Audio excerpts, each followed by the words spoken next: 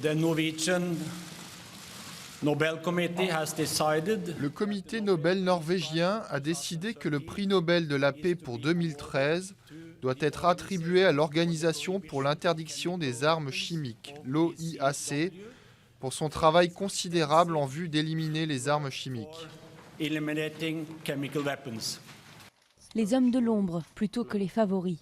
Le comité Nobel a choisi d'honorer une organisation jusqu'à présent très discrète, chargée de la destruction des armes chimiques dans le monde.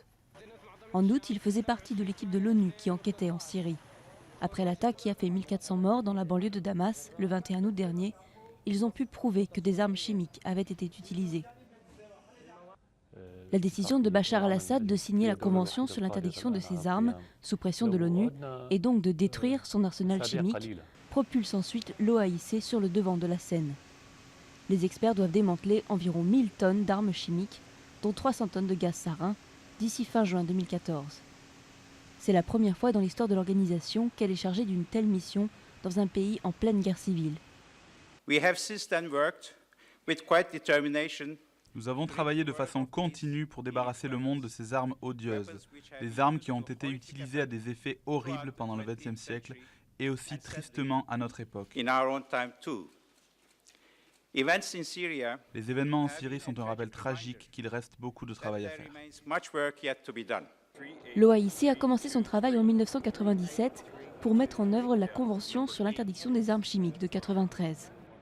Depuis, l'organisation a pu vérifier que 82% des quelques 70 000 tonnes de stocks déclarés d'agents chimiques ont été détruits. Un travail très dangereux pour les membres de l'organisation. Le simple contact de gaz sarin avec la peau entraîne la mort par arrêt cardiaque. Le comité Nobel se sert aussi de cette récompense comme d'une piqûre de rappel. 190 pays ont signé la convention, mais certains n'ont pas rempli leurs obligations. Certains États ne sont toujours pas membres de l'OIAC. Certains autres n'ont pas respecté la date limite fixée à avril 2012 pour détruire leurs armes chimiques. Cela s'applique en particulier aux États-Unis et à la Russie.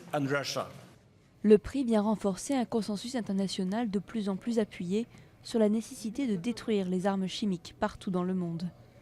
Avec le Nobel de la paix, l'OIAC va recevoir plus de 900 000 €, de quoi donner un nouvel élan à cette organisation jusqu'à présent sous-financée.